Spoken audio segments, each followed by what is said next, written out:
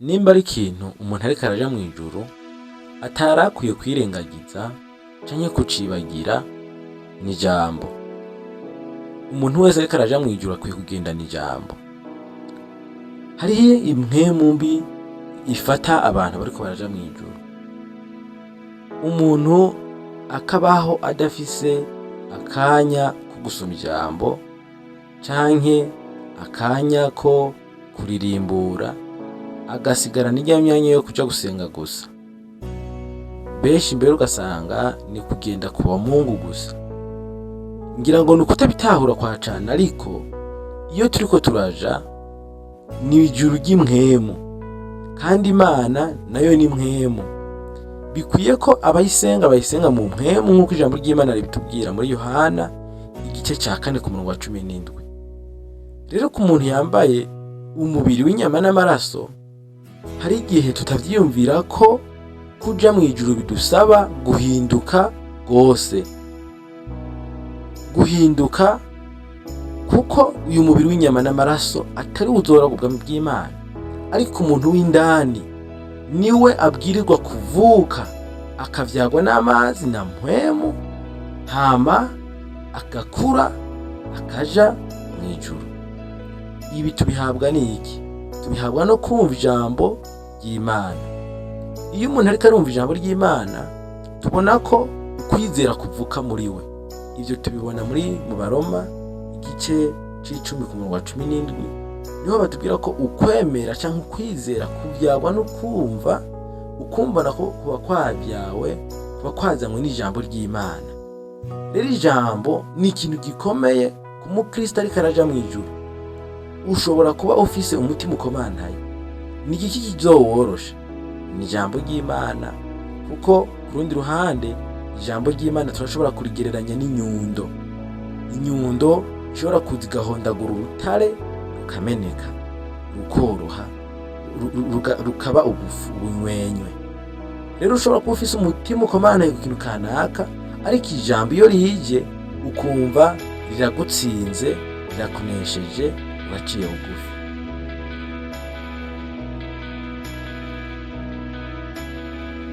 Ariko birababaje ku muntu atagira ijambo ry'Imana, kuko iryo jambo ry'Imana ryo rituma uca bugufi.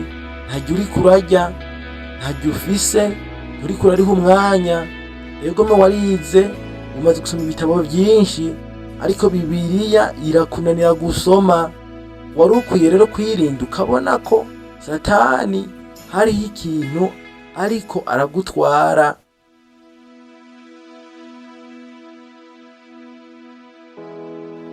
Burya ku muntu ariko araja mu ijuru, wari ukwiye kuba ufise amakuru menshi y'iyo uriko uraja. Evidemment dufatiye ku burorero buboneka bwo ngaha mw'isi, nta muntu yogenda ahantu mu gihugu bwa mbere atabanje no kubaza inshuti ziwe ati iki gihugu kimeze gute, ahantu hameze gute, mbega bambara ibintu hari imbeho canke ntayiriyo, imvura iragwa canke ntayigwa. Ivyo ni ibintu umuntu aba akwiye kuyitwararika kugira ngo agiye muri iyo miriye bize kugenda neza.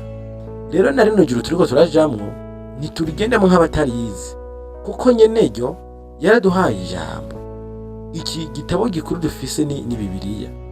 Biratangaje ingene umuntu agitunga mu nzu, ariko akagizingurura ari uko ari mu rusengero bariko baravuga ngo duzome aha n'aha n'aha. Mbega ukwizera k'uwo muntu kokura neza nk'uko bikwiye? Mbe uwo muntu yokunda ijuru nk'uko bikwiye? Wari ukwiye ufata akanya iyo uri wawe muhira, ugasoma, ukarondera amakuru y'iyo uri kuraja. Hameze gute? Nyeneho akunda iki? Nyeneho yanka iki? Bajayo gute? Intambuko ya mbere ni iyihe? Hakurikira iki? Mbe birangira gute? Umuntu ashobora kuhabura bigenze gute? Iyo byose biranditse mu ijambo ry'Imana. Nico gituma nagomba gutanga ino mpanuro kuri wowe uri kuranyumva, yanditse muri Zaburi 119 ku murongo w'105. Havuga ngo ijambo ryawe ni itara rimurikira ibirenge vyanje, n'umuco umurikira mu nzira ndiko ndacamo. Genda gukundishije ijambo ry'Imana, kugira ngo ijuru ntuzohava usanga waribuze. Uriburishijwe n'iki? Uriburishijwe n'ubukene bw'ijambo.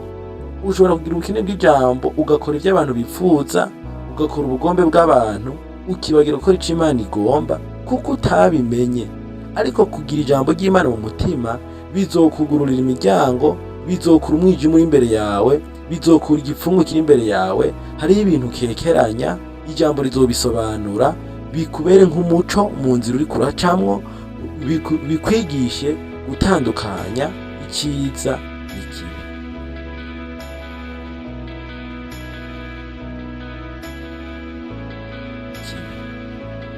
Mumenye ko ijambo ry'Imana ritubwira mu gitabo cya Yosuwa igice cya 8 ngo ibyanditswe muri icyo gitabo cy'ibyagezwe ngo ubirimbure ku murango no ku mugoroba, ngo niho ibyawe bizogenda neza ukabona kugira amahirwe.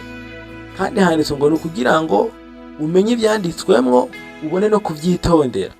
Ubu abantu benshi bariko barakora ibyaha bababaza Imana kubera babona ikintu naka aragikoze, bagaca bavuga ati none naka wese umuntu w'Imana, nawe nyine agaca agikora. Bakabona umukristo kanaka amaze imyaka myinshi mu rusengero arambaye ikintu kitari cyemewe, bagaca bavuga ati naka yacambaye kandi ari umuririmbyi. Abantu rero bagaca bagendera mu ntege nke za bagenzi babo kubwo kutamenya icyo ijambo ry'Imana rivuga. Twaramenye neza iyo turiko turaja mwijuru, twarahamenye. Wari ukwiye kumenya ko naho yoba pasiteri akoze ibintu by'intege nke, ntukwiye kumwigana. Twebwe dufatira akarorero ni Kristo Yesu.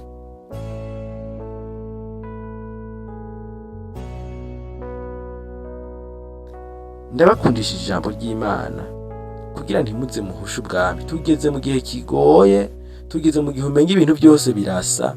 Ijambo ryonyine niryo rishobora kubera umuco, rikakubera itara, rikamurikira ibirenge byawe, ukamenya aho ukwiye guca naho udakwiye guca, ukamenya ibyo ukwiye kuvuga n'ibyo udakwiye kuvuga, ukamenya ibyo ukwiye kurya n'ibyo udakwiye kurya, ukamenya ibyo ukwiye kwambara n'ibyo udakwiye kwambara, ukamenya inyifato ukwiye kugira n'ibyo udakwiye kugira, ukamenya abagenzi ukwiye kubana nabo mudakwiye kubana. Uzobihabwa n'ijambo ry'Imana. Zaburi igice cya 1 ku murongo wa 1 havuga ngo hahirwa umuntu atagendera mu nzira y'abanyabyaha, aticarana n'abacokoranyi, atagendana nabo, adacudika nabo. Ngo ibimuhimbara biri mu byagezwe by'Uhoraho, kandi ngo nivyo ashira ku mutima ku murango na ryari no mwijoro. Ivyo byose tubihabwa n'ijambo ry'Imana. Ariko iyo tutaguma turisoma ngo ritubere ubuzima, twumve ko Bibiliya twoyiguma tuyisoma kugira ngo itubere nka busore, iturangira inzira turiko turacamo. Dusanga turiko turakora ibintu bihimbara imibiri yacu, bihimbara abagenzi bacu, ibintu byo kwihayagiza, ibintu byo kwishira imbere, tugasanga twibagiye icyo Imana igomba, tugasanga twabuze ubwami. Ino munsi ibintu biko birasamaza abantu benshi ni byinshi, ariko nagomba wongere uha agaciro k'ijambo mu bugingo bwawe. Uriho umwanya urisome. Ntiwonanirwa no gusoma igice ku munsi, ntiwonanirwa no gusoma ikirenze igice kimwe ku munsi. Ijambo ni ikintu cy'ikimazi rwose. Naho wowe uri mu mubabaro, mpemu w'Imana akakuzanira ijambo, nivyo bituma urema. Kandi iyo turi mu bigeragezo twama tunesha kubera ijambo. Ata jambo ufise ugwanisha, uratsindwa, uraneshwa. Ariko ijambo harimwo inkomezi. Iyo warishize mu mutima urashobora kutaricumurako kubwo kurizigama. Ariko umuntu azigama icyo afise. Rero mwimenyereze gukunda ijambo ry'Imana, ntimuze murarambirwa iyo bariko barigisha umurongo w'ijambo ry'Imana igihe kirekire. Icara imbere y'ijambo ry'Imana, uramvye, wigishwe, utahure, hamumenye uko ukwiye kwifata. Musome ijambo ry'Imana, mwicare, mwigishwe, utahure, ushire mu ngiro, uzoca ubona impinduka ku bugingo bwawe, kandi uzogira ivyizigiro vyinshi vy'iyo uriko uraja ko uzoshika, kuko ijambo ry'Imana niryo rikurangira inzira. Nagomba rero duterane intege kukerekeye ijambo ry'Imana, kurikunda no kurikora no kuritunga rikaba ryinshi muri twebwe. Ndabipfurije umugisha w'Imana.